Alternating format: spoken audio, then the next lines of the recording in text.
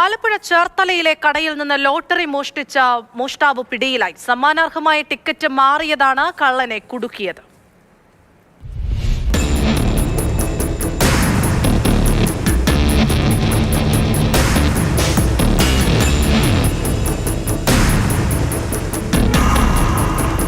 ചേർത്തലയിലെ brothers lottery വിൽപ്പനശാലയിൽ Deepavali ദിവസം പുലർച്ചെയാണ് മോഷണം നടന്നത്.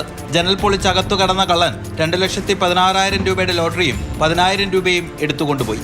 ഇതിൽ സ്ത്രീശക്തി ലോട്ടറികൾക്ക് 1000 രൂപയുടെയും 200-ന്റെയും 100-ന്റെയും സമ്മാനമുണ്ടായിരുന്നു. ഈ ടിക്കറ്റുകൾ കോഴിക്കോട് കൊയിലാണ്ടിയിലെ ഒരു കടയിൽ മാറിയതായി ലോട്ടറി വകുപ്പ് ചേർത്തല പോലീസിനെ അറിയിച്ചു.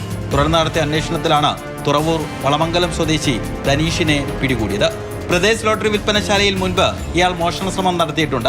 കടകൾ കുത്തി തുറന്ന് കളവ് നടത്തുന്നതാണ് ധനീഷിന്റെ രീതി. പലതവണ അറസ്റ്റിലാവുകയും ജയിലിൽ കഴിയുകയും ചെയ്തിട്ടുണ്ട്.